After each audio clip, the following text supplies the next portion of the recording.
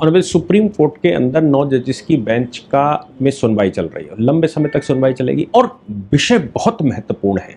विषय इसलिए महत्वपूर्ण है क्योंकि भारत में रिलीजियस भविष्य को, इसेंशियल रिलीजियस प्रैक्टिस, एक शब्द इस्तेमाल किया गया है ERP, यानी कि अब इसेंशियल रिलीजियस प्रैक्टिस कौन सी है उसको लेकर 9 जजेस की बेंच निर्धारण करने जा रही है।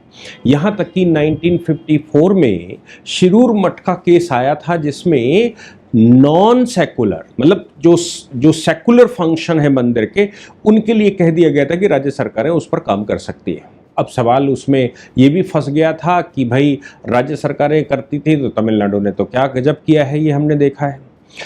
अब दूसरी बात, इस्माइल फारूकी का जजमेंट चैलेंज हो गया सुप्रीम कोर्ट में, चूंकि इसेंशियल रिलीजियस प्रैक्टिस केवल किसी एक संप्रदाय की नहीं, वो सभी संप्रदायों की इसेंशियल प्रैक्टिसेस के विषय में बात हो रही है। वो पारसियों का केस भी यहाँ पर हुआ है, दाऊदी बोरा का केस इसमें आया है, मुसलमानों की इसेंशियल रिलीजियस प्रैक्टिस के विषय में बात कही गई है और हिंदुओं के भी इसेंशियल रिलीजियस प्रैक्टिस की बात कही गई है।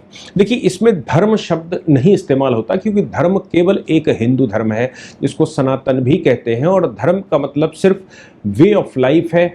Each and everything has to be harmonise, सबके साथ हार्मनी बिठाना ही हिंदुज्म है, वो धर्म है।